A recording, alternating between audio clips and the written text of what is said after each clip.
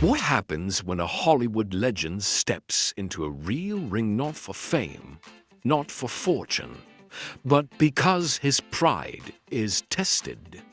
When Vin Diesel, the face of action films, accepts a challenge from the most feared boxer in America, ...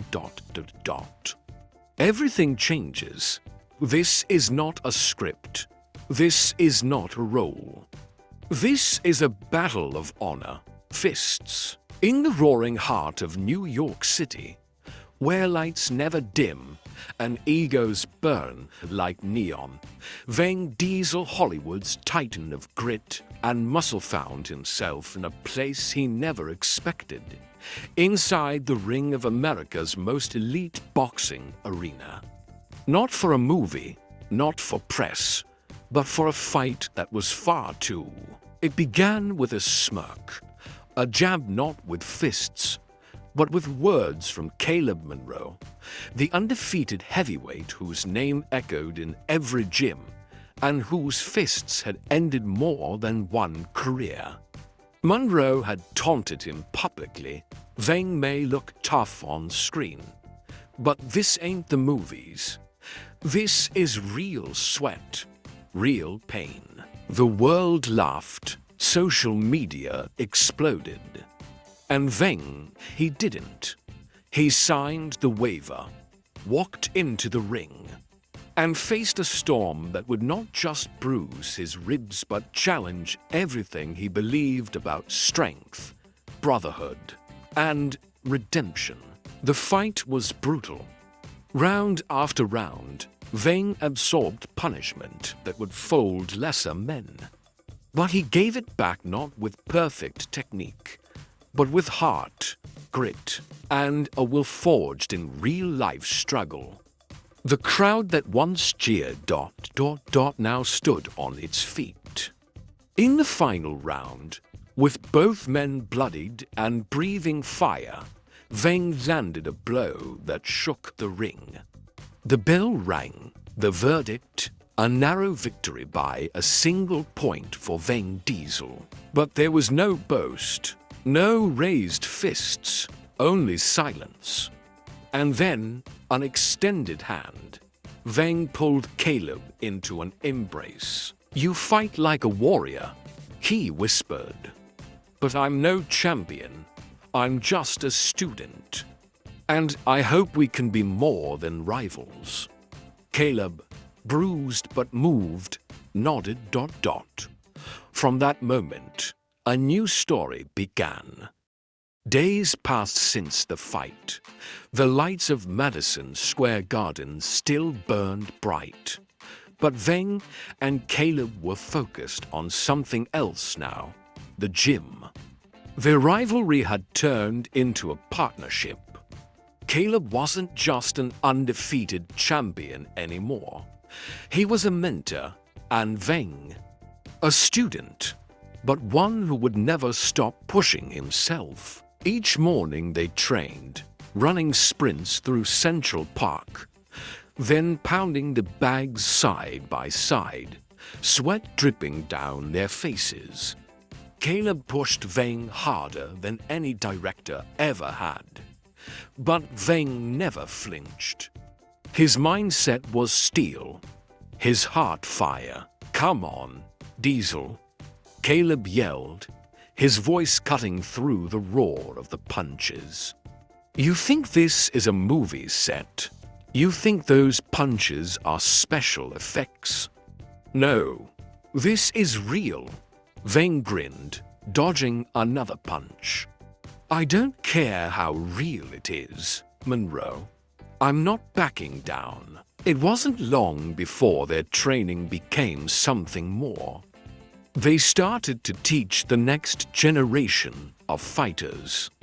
Kids who had nowhere else to go, nowhere to turn. They brought them into the gym, each of them learning the power of discipline. But there were still challenges.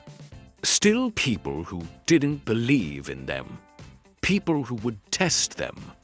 And then, one night, when the gym was closed and the streets were dark, Fate would throw them a curveball that neither of them had ever seen coming. The night was cold, and the city was alive with its usual hum. Veng and Caleb had just finished training, both covered in sweat, when they saw it a bank on the corner of the street, windows dark except for the eerie glow of the security lights. "Something's off," Caleb muttered. "Let's go check it out." They moved silently down the alley and peeked around the corner. At first, it seemed like nothing, but then they saw it. Men in black, masks, and weapons. Guns drawn, the unmistakable scent of danger in the air. The plan was simple: get the hostages out and wait for the police. But there was no time. The gunmen were already inside, and the only thing that could stop them was Caleb and Veng. "Stay low, stay quiet," Veng whispered. "We do this together." They slipped into the shadows, moving like predators. Inside, the gunmen were shouting at the hostages. Caleb's eyes narrowed. They had no intention of escaping. They wanted blood. The door slammed shut, and Vin's heart raced. Without thinking, he surged forward, taking out the first guard with a swift strike. Caleb followed, neutralizing the second before anyone could even react. But the leader, the one with the scarred face, spotted them. "We have company," he shouted, drawing his gun. The tension was thick. Caleb grabbed a fire extinguisher, throwing it at the leader to disarm him, while Veng worked quickly to free the hostages. The battle was short, brutal, and deadly silent.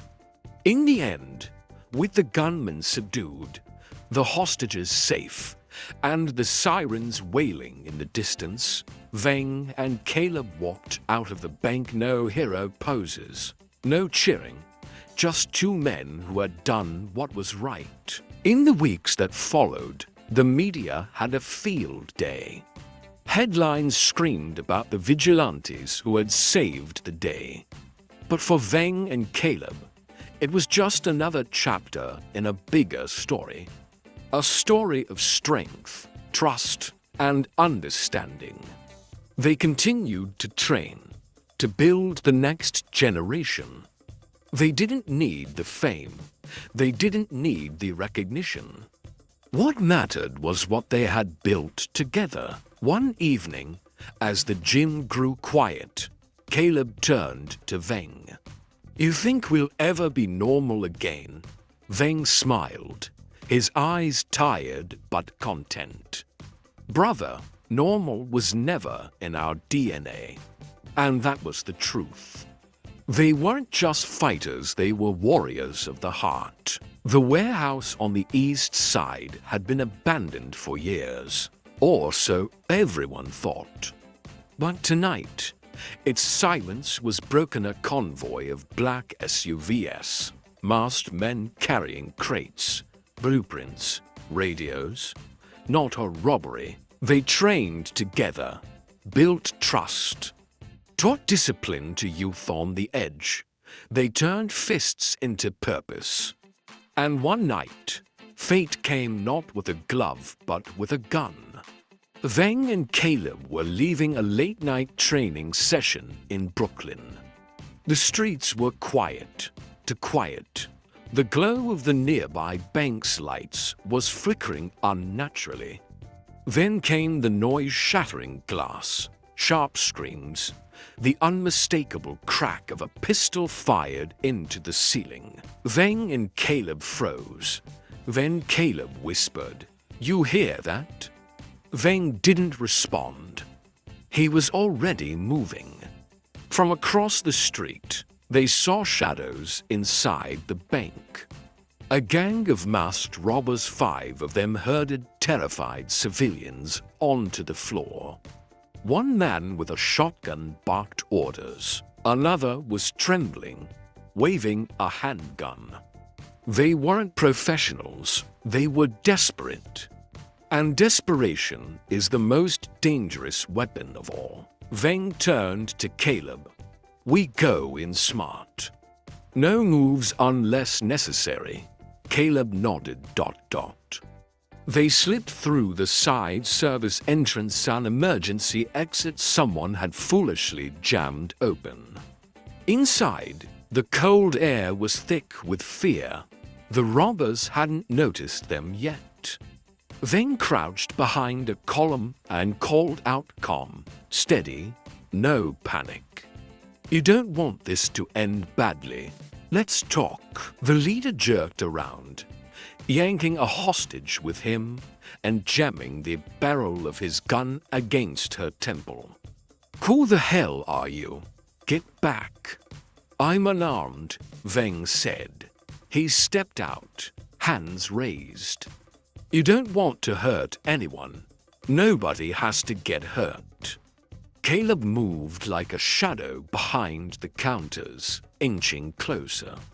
He spotted two younger robbers barely older than teenagers, visibly shaken, arguing about whether to run. The whole situation was fracturing. Veng kept speaking, his voice like stone wrapped in velvet. You think you're cornered, but there's still a way out. Put the gun down. Talk to me. You're lying, the leader screamed. The cops will kill us. They won't, Veng replied. You haven't killed anyone. That matters. But if you pull that trigger, everything changes. One of the robbers snapped, charging toward a security guard, gun raised. That was it. Caleb launched. Like a panther, he tackled the man to the ground, yanking the gun away and locking his arm behind his back in one brutal twist. The room exploded into chaos. Another robber spun toward Caleb, finger on the trigger, but Veng was already there. He closed the distance with terrifying speed, grabbed the man's wrist, and wrenched the gun from his hand with surgical precision. One elbow to the jaw, clean, fast, controlled. The man crumpled. Then the leader screamed and dragged his hostage toward the door, gun still to her head. Veng locked eyes with him. Let her go, he said, voice like thunder. Take me instead. The room froze. The leader blinked. The pressure cracked. I'm not going to prison, he muttered, shaking. You won't go if you stop this now, Veng said. Drop the gun. And walk away alive. And finally, he did. The weapon clattered to the floor. Sirens roared outside as the NYPD stormed in. In just over 2 minutes, it was over. No shots fired, no lives lost. Dozens of hostages, shaken but safe, sobbed with relief. The officers paused when they saw who'd helped resolve it all. Veng and Caleb simply stepped aside, letting the police do their job. The next day, headlines roared. To fighters, one mission, Veng Diesel and Caleb Monroe stop armed robbery without firing a shot. But when a reporter asked Veng how it felt to be a hero, he shook his head. I'm no hero, just a man who refuses to stand still when people are in danger. Then he turned to Caleb. Strength isn't just in fists, he said. It's in restraint, in courage, in standing up when you'd rather walk away.